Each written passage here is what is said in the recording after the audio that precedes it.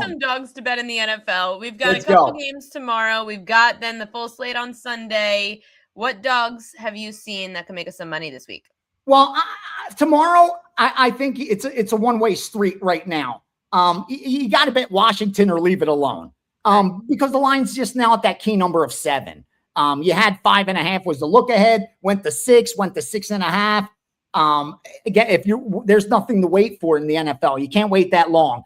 And so you just got to let it go. Like you're now hoping to be the product of good luck, unless you think the line's going to close 8, 8.5. It just doesn't make good betting. So I think that's kind of automatic. I would look to the Eagles or leave it alone. And that's the side the Commanders, to Washington or leave it alone. And that's the side the books are really going to need, Ariel. Again, it doesn't matter what the books need, but the Eagles will be one of the most heavily bet sides tomorrow because it's on that touchdown. So you'll get a lot of teasers with the Eagles tied into Sunday's action in the NFL. You'll get a lot of money line parlays with the Eagles tomorrow, even with the college football. Don't be surprised because there's money lines even on those big favorites in college football. So the Eagles will be one of the higher risk. Bears, Packers, two-way action. That's what we've seen there, and that's what you kind of should expect. But the problem with that game, Gianni, I know you go a lot on numbers. It is hard to get numbers on a team that the entire season almost we've now seen Micah Parsons as a huge force on that defense for Green Bay. Now, Micah Parsons is out for the year with the torn ACL. How do you handicap the Packers? That's the key. Value over replacement player, and I think, though, there's an overreaction. Here's the key. For me, I have Green Bay as one of the 5 best teams in the NFL power rating wise right now. And here's my argument for them. Even though they don't have a difficult strength of schedule, they're very balanced. You're talking about a top 5 offense and a top 10 defense. And when people see Green Bay on their schedule, they show up. Like you're going to show up to play Green Bay. You're motivated is what I mean. They usually get everybody's A game, even if they don't have a tough strength of schedule. So I like what I see with Green Bay. They are legit. Here's my problem with Chicago. And them fans are tough. They have pride in their team. And I respect that. Dude, I bet for a living. The biggest game at Soldier Field in the last 15 years. I don't have a dog in the fight. I lay 11 to win 10, Ariel. That's all I care about. I ripped my pennants down when I was 12 years old. I'll get Chicago guys yelling at me. And for me, if I thought there was value, I'd be betting Chicago. But here's my argument with Chicago and why at 10-4, I would make a team like Baltimore favored over Chicago on a neutral field, believe it or not. Because they had only 4 teams had an easier strength of schedule than Chicago. And yet, they still don't have a top 15 offense efficiently. They're barely a top 15 defense efficiently.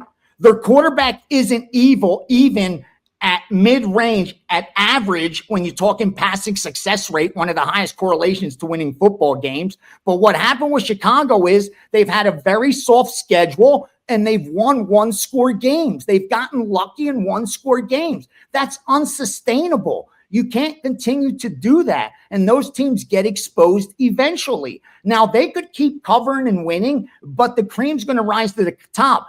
As the level of competition gets harder, and it will for them like it did when they played Green Bay just 2 weeks ago, and when they get to the playoffs, they will get exposed because they didn't have a tough strength of schedule, and their data reflects an average team. Like if you have an easy strength of schedule, let me put it to you this way. I'll pick a team on my power ratings with an easy strength of schedule, like Green Bay, 27th strength of schedule. What did I say? Top 5 offense, top 10 defense. Buffalo, 23rd strength of schedule, 3rd best offense. Like that's what you want to see when you don't have a tough strength of schedule. But with Chicago, that's not the case. They're getting lucky. So even with the injuries, not to go long, forgive me, there's a lot of games. I think the wrong team's still favored. And for me, it's Green Bay or pass, but I think the best bet is Green Bay tease. You take Green Bay up right now to +8. Woo, that's a great bet. It's a great bet. Win or lose, your plus EV right there. If we could tie in another side, that's all you have to worry about. You talk about overvalued because of strength of schedule being pretty easy. And we're seeing that with the Patriots this year, who have to go into Baltimore. Speaking of teaser legs, you love your 2.5s. And that's what the Patriots are catching. I'm not saying to tease it because I know a lot of people are sharp on Baltimore this week. However, you know how much I love the Ravens and hate them at the same time. As a Ravens fan, the Patriots, how do you rank the Patriots? Here's my, again, exactly the same thing. No one had an easier strength of schedule than the Patriots, and they are still barely top 15 offense, barely top 15 defense. They're right at the cusp. They're average at best. That's the problem. And those teams do end up getting exposed.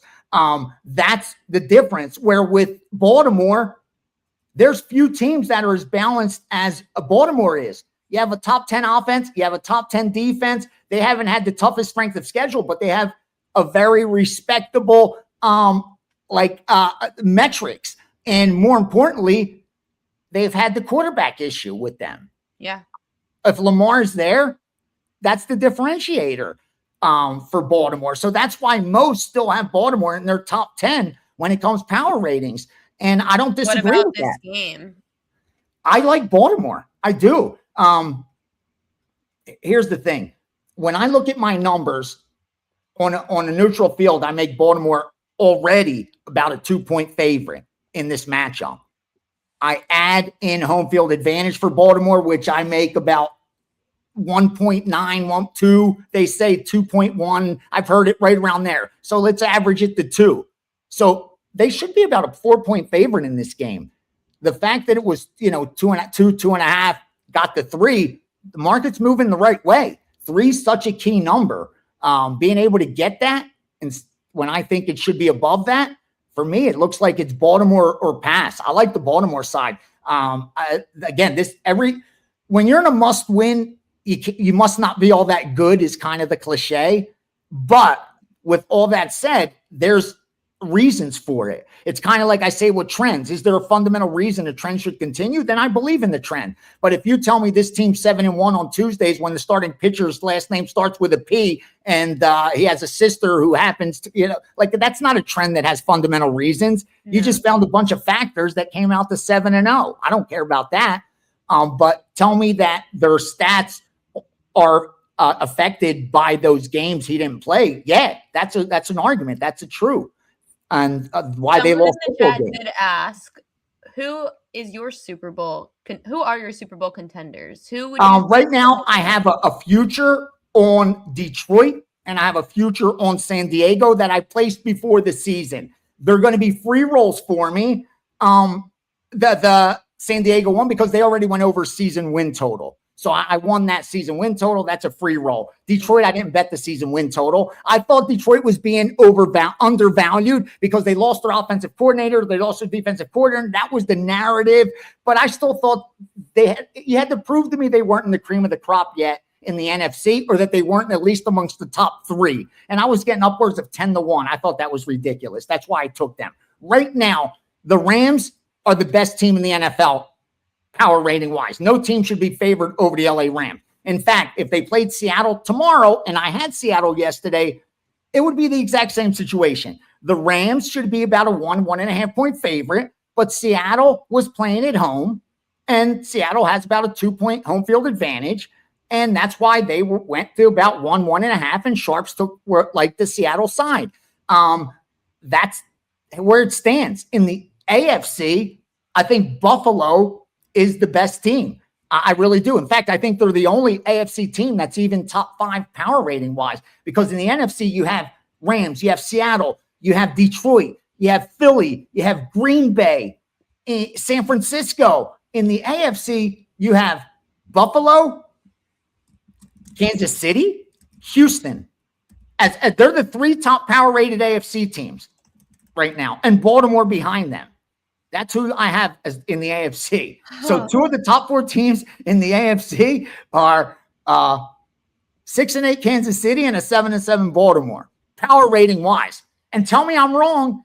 You could tell me I'm wrong, but I think if you even talk to like odds makers, they would probably agree with me, because you look at Kansas City, and even though Mahomes ain't playing, they're still, I know it's Tennessee, but you see they're still the road favorite. You know what I mean?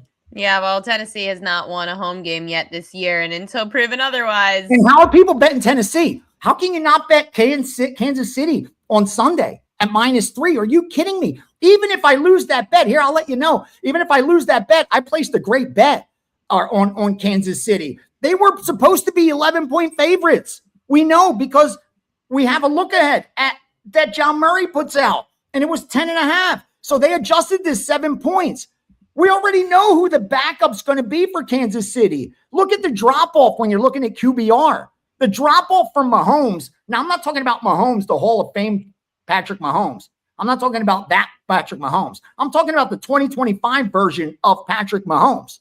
The drop-off isn't a touchdown. There's no way the drop-off's a touchdown when you look at the QBR rating. And with a value over replacement. I remember watching that on Bet On It this week. You were talking about how Gardner Minshew's starts through the last 3 years that he's started, his QBR has been above 80. Yes, exactly. And he's got that experience. And here's the kicker: the rest of the team. You want to be the team that loses to Tennessee? You want to be the team that gives Tennessee that fans rush the field because they won their first home game? Like, you have no pride? And because Mahomes ain't playing, the rest of the team's like, now we're going to go get our asses kicked so we could let everyone know without Mahomes we ain't shit. Seriously? Like, dude, they're football players, bro. They're not just going to walk out there and let Tennessee walk through them. And what is Tennessee playing for? Remind me. What, a Super Bowl? What, seeding? What are they playing for? Tennessee hasn't had anything to play for 14 weeks. So, all this narrative that Kansas City, what are they? They're not showing up or anything like that, bro. Stop the nonsense. It's at -3. They're a gift.